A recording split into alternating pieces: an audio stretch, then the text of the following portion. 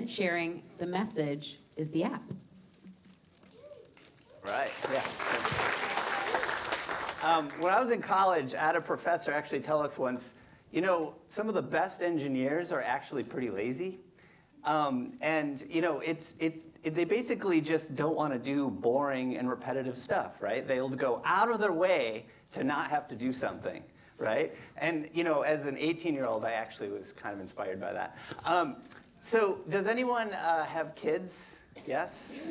I have 2 kids. Yeah, they're there. And our schedule is pretty crazy. They each go to a different school. They each have their own set of activities. And they also have their own set of friends, right? So a lot of the coordination is over text message. A lot of text messages, like all the time I'm getting text messages. Now, it's kind of crazy making. And the thing I started to think about as an engineer is like, wait, I have to build an entire mental model of where my kids are going, and I have to read every one of those text messages. It's not like someone sends you a cat meme and you just laugh. It's like crazy making, right? And I don't know about you guys, but I'm trying to put my phone down more, right? But the thing about carpool text messaging is like, you kind of have to read them all, right? Because you have that process going in your brain as an adult, like, where's my kid? Where's my kid? Where's my kid? Is my kid okay? Where's my kid? So I was inspired by Cliff, actually, because it's calculus night. And I was curious, like, how many interruptions am I going to get until my kids turn 17, at which point they'll get their license and I probably won't have to do it anymore, right? And the integral is pretty huge. It's 41,000, which is like 10 interruptions over the course of my kid's life until they turn 17.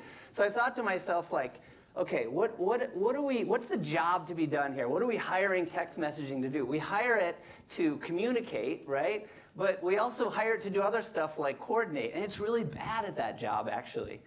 And so naturally, I'm sure a lot of you probably think just like me. It's like, well, there's probably an app for that, right? And there's actually like hundreds of apps. There's even a stupid AI carpool app. I mean, it's ridiculous. And I figured, like, you know what? If I asked all my carpool compatriots, like, hey, guys, install this app, right? They're all going to be so annoyed with me. They're like, Rob, no, I don't want to install another app. Right? And then I got to give up all my personal information, and then there's going to be a data breach, and there's going to be a postcard, right? And then there'll be a lawsuit, and they'll give you free credit monitoring, right? And that's because all your data goes up on a server, right? And I was being lazy. I was like, I don't want to write a server app. I want to solve this problem myself. So when emojis were invented, the goal was to actually compress communication into a little tiny 12 pixel by 12 pixel icon, right, on a pager. And I'm looking at the audience. I know you guys know what pagers are. And I was thinking to myself, well, what if, you know, I was hanging out on a Saturday night in the burbs reading API documentation, like, because, you know, party, have fun time, right? And I thought, wait a minute, like, how does iMessage actually work? How do the messages apps work? Maybe I could invent my own style of communication. And it looks kind of messed up there, but so imagine for yourself, we're going to solve this problem tonight. And we're going to do a carpool, right? We got the trip name. We're going to have the date and time, driver, passenger. The little S notation, that's who gets shotgun. Because if kids are going to fight about anything, it's who gets shotgun, right? There's a lot of arguments about that. So then we send our message, okay? And then, of course, my wife reminds me, well, Taylor and Travis actually need a ride too, right? You forgot them, right? Well, in my world, in this solution, like if we imagine this world, we just tap on the bubble, and it opens up a little form, and you just add Taylor and Travis right there. It's so easy, right? Isn't that beautiful?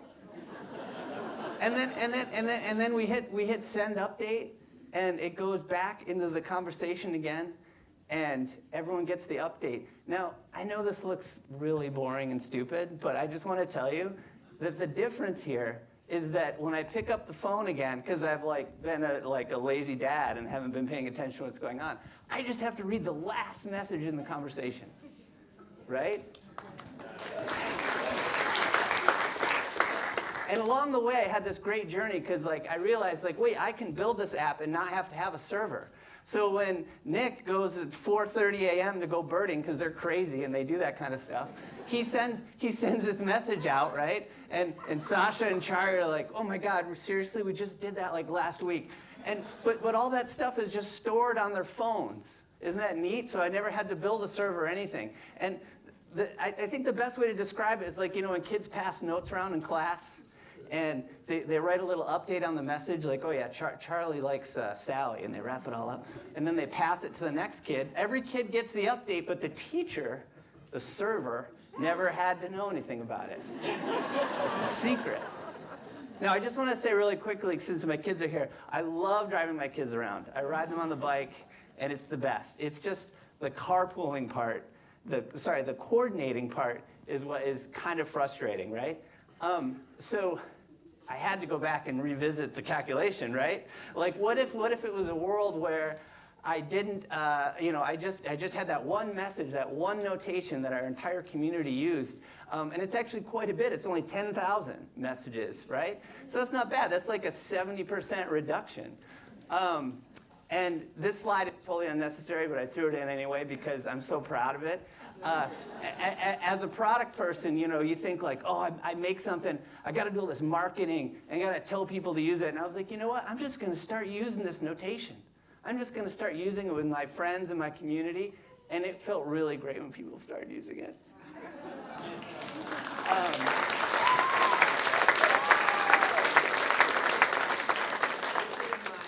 Message app I lovingly call Sardines. If you have any questions about it, you can ask me. It's totally free, and it's really fun and simple to use, so thank you.